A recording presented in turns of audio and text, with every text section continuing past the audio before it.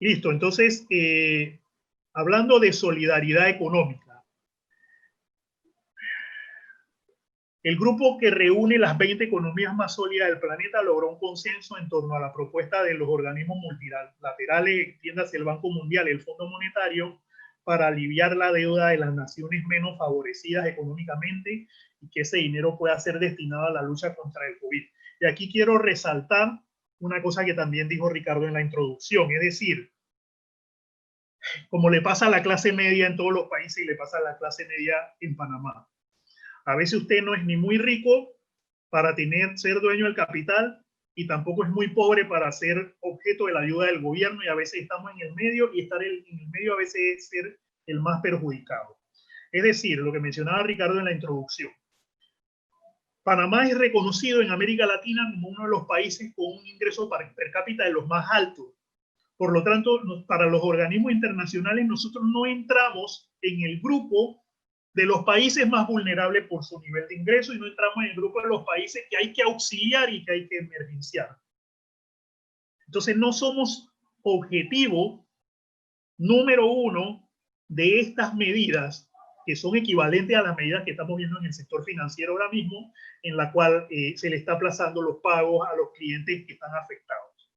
Nosotros no estamos en el primer grupo de los beneficiados. Pero bueno, lo dejo por ahí por el momento.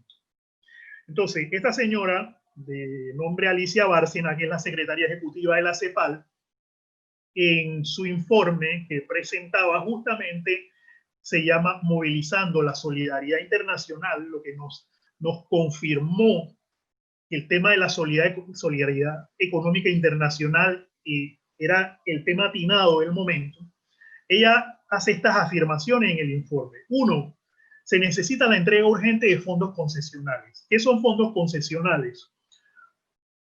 Es casi una donación. O sea, es darle casi una donación a los países más afectados, en donde simplemente le dicen, te voy a dar este dinero con el condicionante que voy a vigilar que hagas X o Y cosa. Pero el crédito es gratis.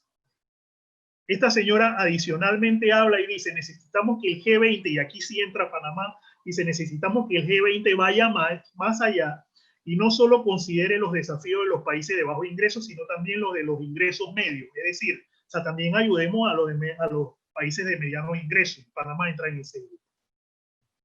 Y adicional, ella dice, la comunidad internacional, y vuelve y le tira la piedra al G20, se debe comprometer a fondear o capitalizar las instituciones multilaterales de crédito, es decir, entiéndase los bancos regionales de apoyo, para poder también apoyar, valga la redundancia, la reactivación económica regional. Y propone una serie de pasos. En este informe realmente ya estaba enfocada principalmente a los países del Caribe, que son considerados más afectados que Panamá, pero que tarde o temprano este tipo de medidas podían llegar a nosotros. Ella propone medidas como canjear deuda por implementación y logros en políticas de cambio climático. Ella propone otorgamiento de lo que son fondos de resiliencia, que son fondos que apoyan a los países a superar circunstancias caóticas o adversas. Propone una paralización del servicio de la deuda y propone el otorgamiento del crédito concesional que mencioné en la gráfica anterior.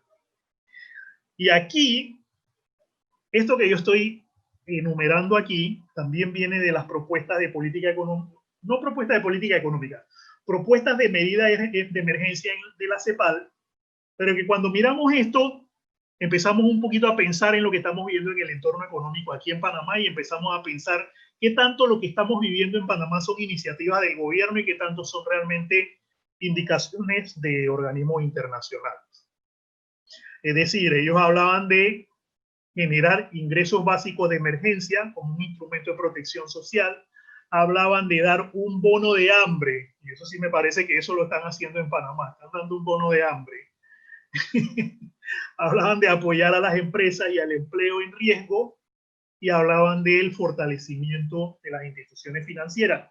Y esto, de verdad, al final se traduce en postergación o cancelación de pagos, suspensión del servicio, miren esto, suspensión de los servicios públicos, flexibilización de las condiciones de crédito, incrementar la cartera agropecuaria y apoyar a las grandes empresas. Esto me parece muy lo que estamos viendo que el gobierno está haciendo en Panamá, y ya empezamos a darnos cuenta de dónde vienen las cosas. Pero sin embargo, la preocupación, y que también es nuestra preocupación, es que debido a la magnitud de los Qué lindo recursos... este mano.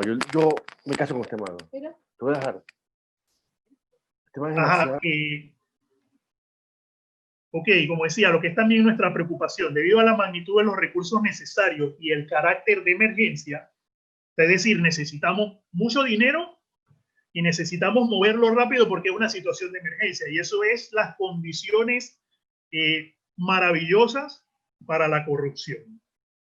El apuro, la falta de fiscalización y los grandes montos, las grandes magnitudes. Condiciones apropiadas para la corrupción. Entonces, es importante que esta fase de planes de reactivación esté acompañada con procesos de adecuada transparencia y rendición de cuentas que permitan reforzar la confianza y la eficacia de la gestión pública. Por ejemplo, países como Brasil, Chile, Colombia, Honduras, Perú y Paraguay ya han anunciado portales de transparencia e informes especiales para que su gestión en medio de la pandemia sea transparente.